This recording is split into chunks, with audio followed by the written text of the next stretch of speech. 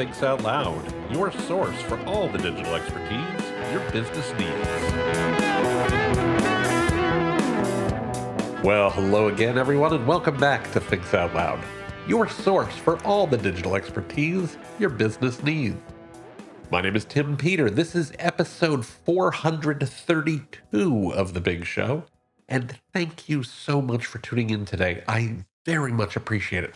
I think we've got a really cool show for you today, and full disclosure, this one may go a little long because it speaks to interests near and dear to my heart, and that is marketing and music and the relationship between those. My good friend Mark Schaefer, and anybody who's listened to the show before knows that I think the world of Mark. He's one of the smartest people in the world of marketing today. And he has a must-read post about what he calls the real reason marketing content is getting worse. And he compares it to music. Now, long-term listeners probably know that I was a music major in college, and I started my career as a musician and a recording engineer before I got into marketing. So this one was like catnip for me. I was just like, oh, I can't wait to listen to it, and I can't wait to talk about it. And I want to be very, very clear. Right out of the gate, Mark is 100% right about why there's so much crap out there. AI makes it easier and cheaper to produce content. As a result, more people make more content. And many of those people either don't take the time to make sure that they're producing quality content, they don't have the skills to produce quality content, or frankly, both. As a result, we're seeing lower quality content. As Mark rightfully puts it, quote, "We risk drowning in a sea of mediocrity. The craft of marketing, the human touch, the unexpected twist, the soul is in danger of being automated away." I could not agree more. It is tremendously easy for folks to create lots and lots and lots of mediocre or actively bad content.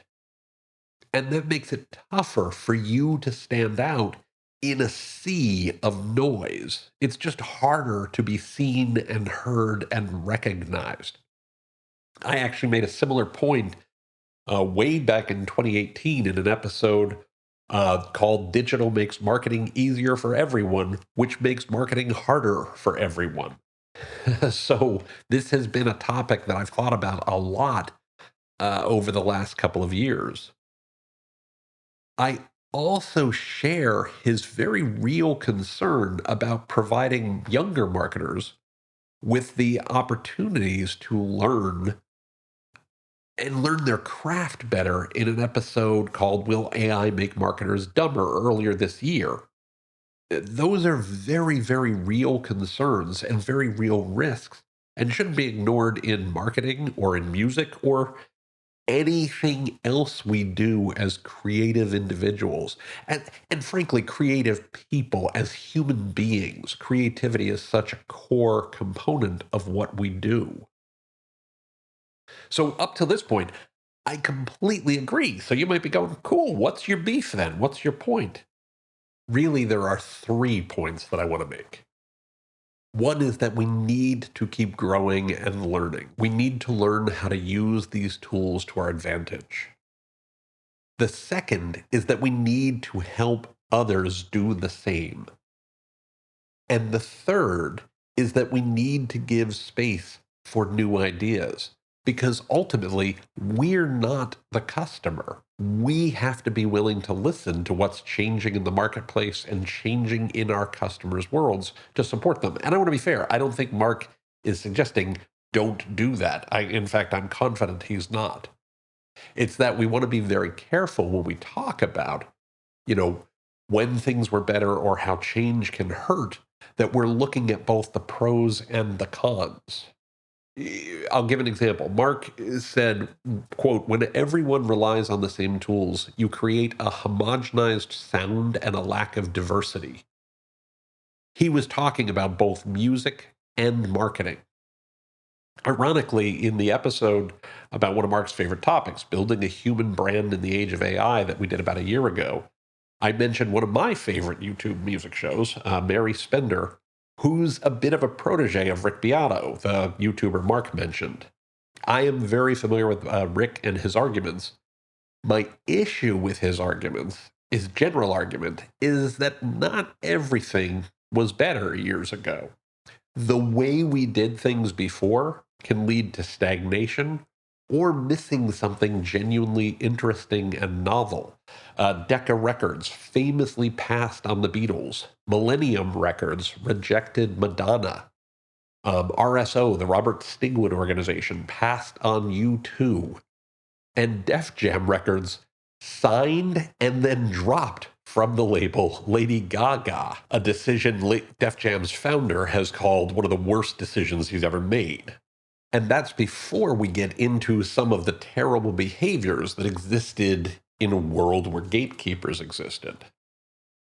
We need to remember the famous quote that the customer is always right in matters of taste. We need to listen to our customers because the things that they hate, whether it's music or marketing, isn't going to work. And the things that they love, even if we ourselves don't love them, are going to work much better. And that's true whether we're creating our content with artificial intelligence or with human ingenuity. It's just the way it works, right? Now, don't get me wrong. I love Mark's taste in music. Anyone who name drops folks like John Batiste or Pat Metheny or Rhiannon Giddens or Mark Rebo has got, to my ears, spectacular taste in music.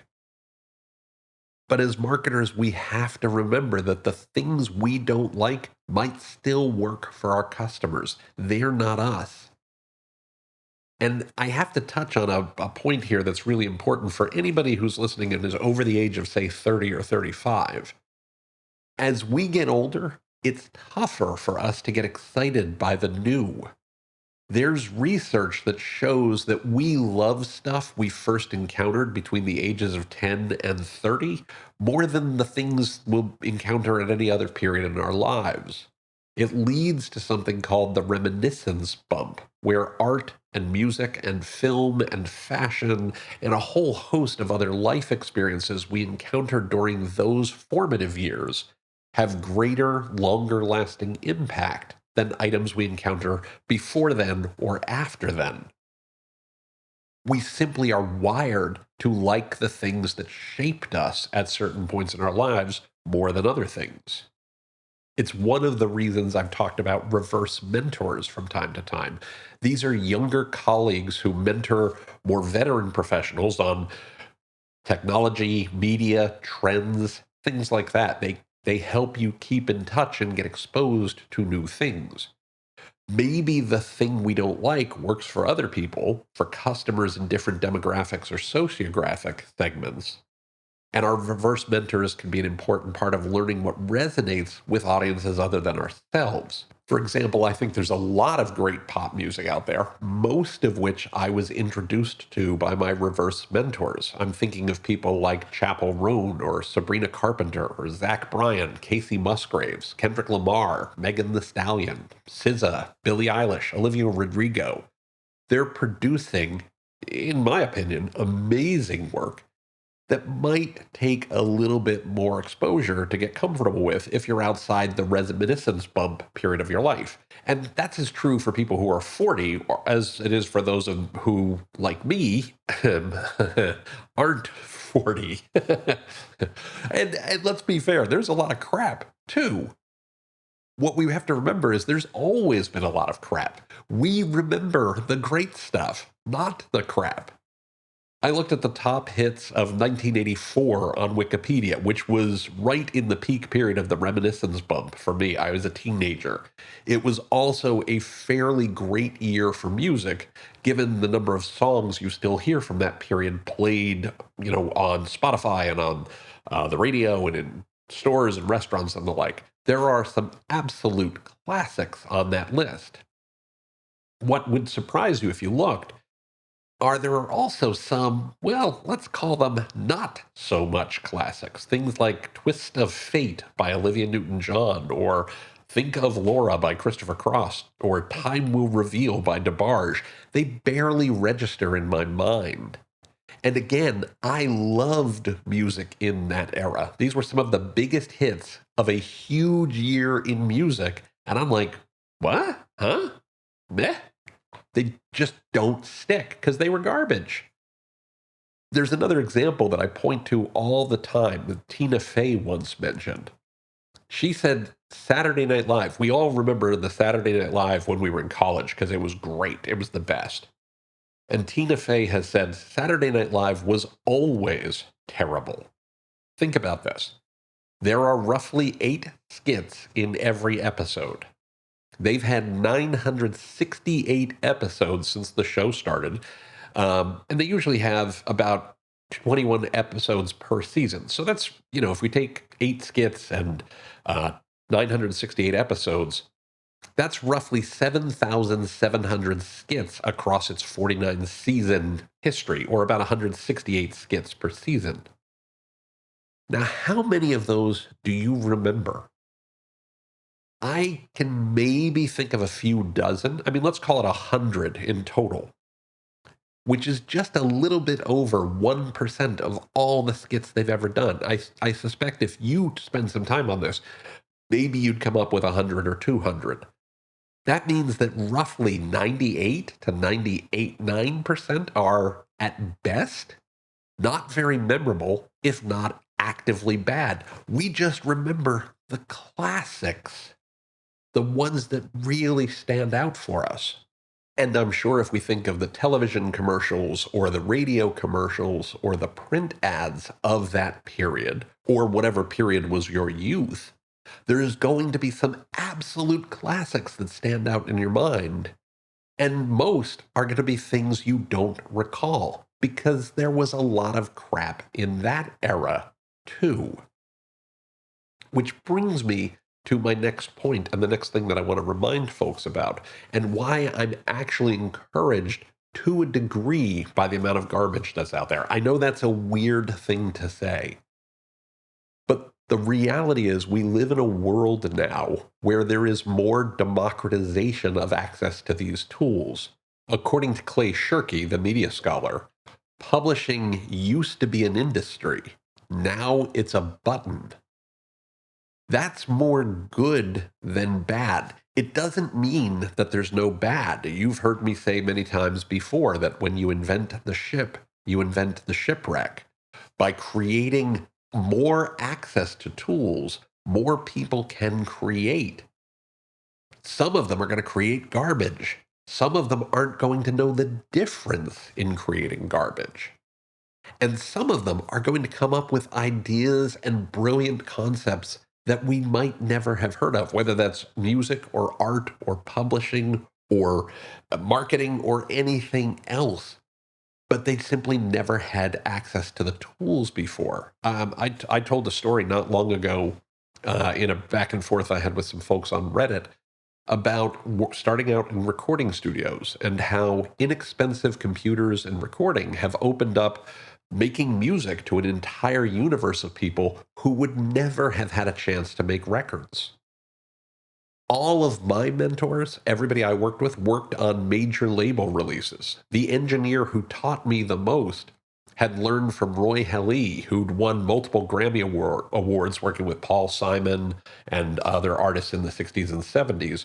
And he's in the Tech Hall of Fame, which is a Hall of Fame for record producers and engineers.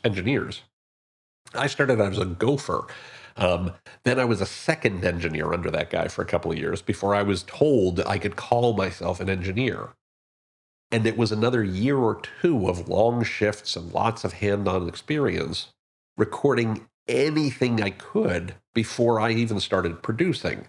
The point is, before that, somebody had a door shut in my face. Anything that I did was done on cheap, consumer quality gear that couldn't possibly sound like a record. You couldn't possibly release it. It was just pure trash. The gear wasn't good enough. So we were kind of capped out, and I knew too many people who were capped out because they didn't meet some standard of getting in the door. One of those standards was money.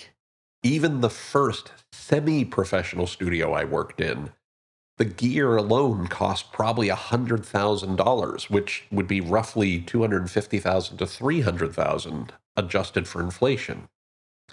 Quality professional rooms were studios where the gear ran into the millions in 1980s money.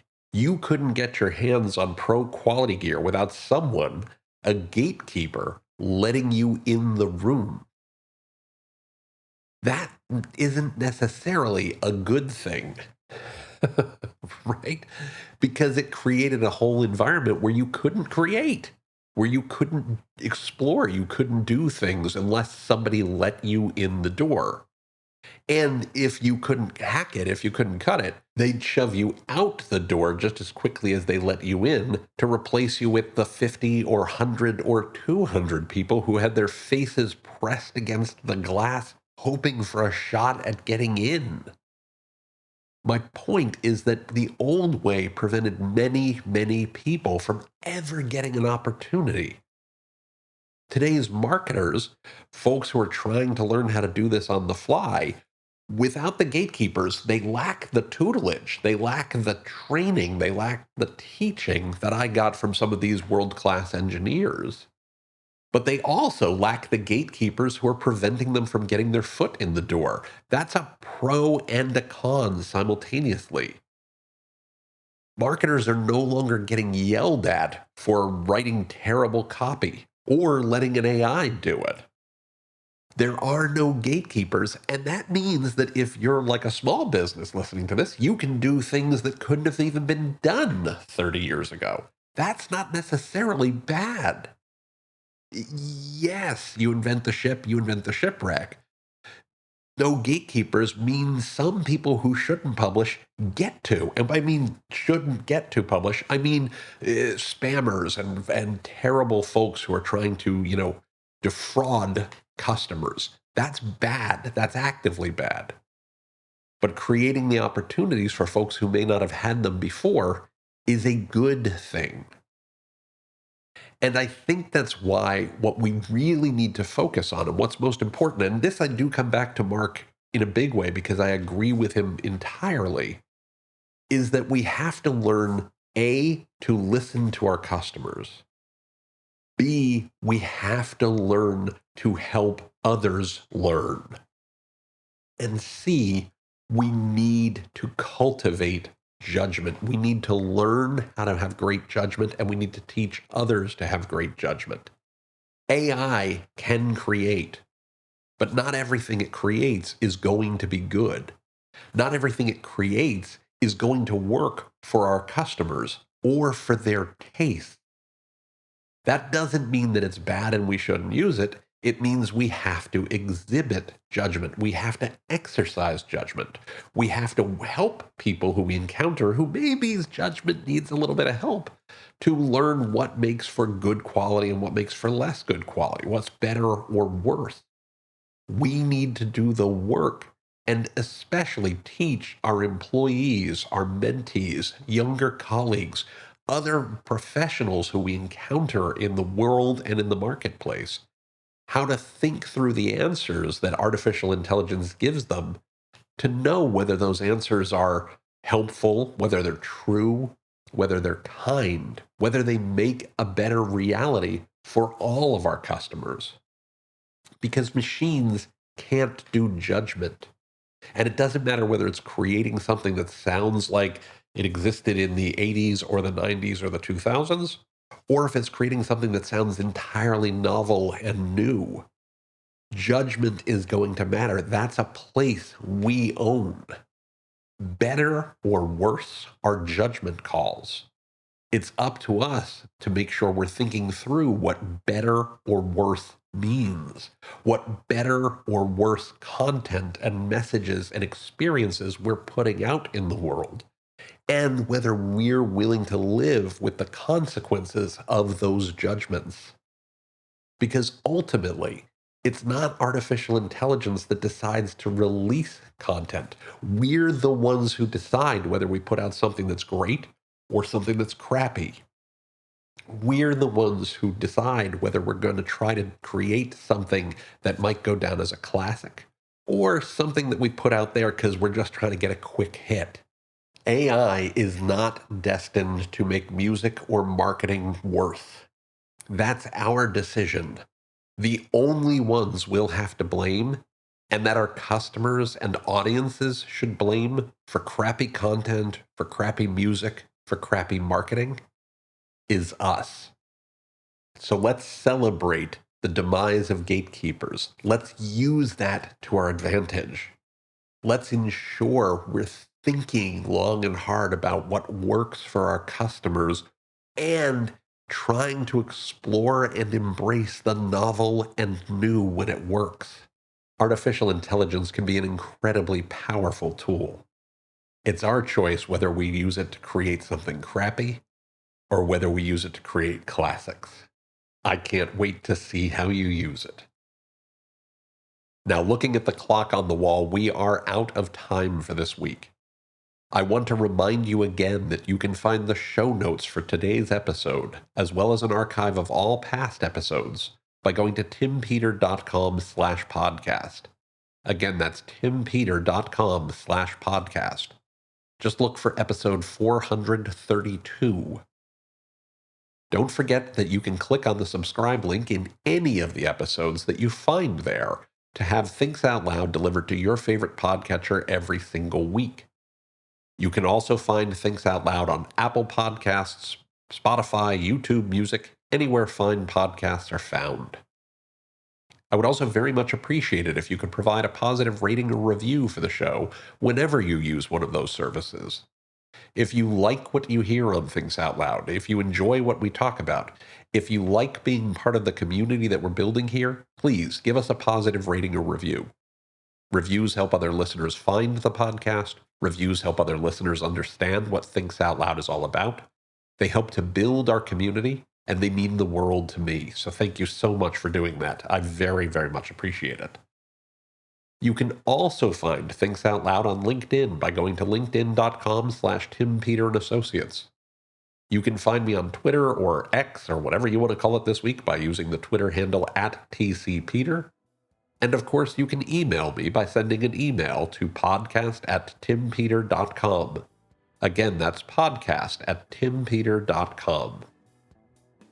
Finally, and I know I say this a lot, but I want you to know how thrilled I am that you keep listening to what we do here. It means so much to me. You are the reason we do this show. You're the reason that Thinks Out Loud happens every single week.